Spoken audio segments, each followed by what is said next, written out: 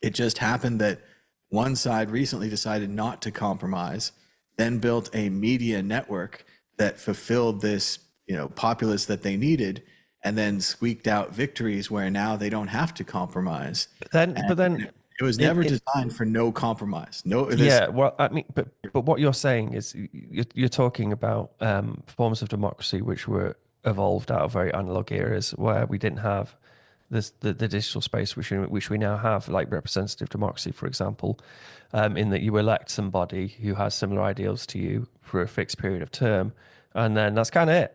Like, they do their thing, without trying to piss off the voters too much. They, We, they we just don't try and get on know and do the thing. what Whereas they were doing the so reality is far that away. nowadays we should have much more direct forms of democracy, and we should be able to vote on decisions and all those executive orders which Trump is signing.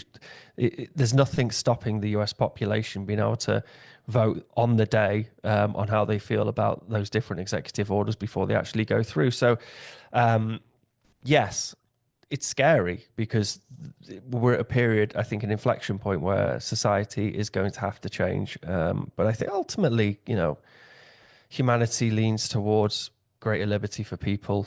We take a few steps forward, a few steps back, but ultimately the path is greater liberty for people, and people get happier and wealthier. So hopefully that will happen. And we won't have World War III, but we'll see. We're a month in.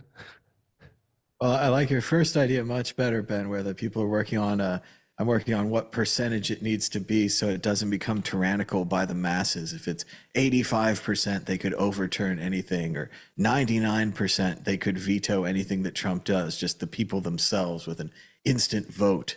Well, I mean, But this is I the think the agora. This is democracy. When simplicity. democracy was founded, it was founded upon the idea of the agora, where Greeks would go and they would every day discuss in Athens, the topics of the day, and everyone could have a voice. And this was democracy. This was direct democracy. This is direct forms of democracy, which society should have. But we couldn't have that before pre-internet. Now we can have that. So, yeah, we'll get there, but it's going to be, hopefully it won't be a bloody revolution to having systemic change.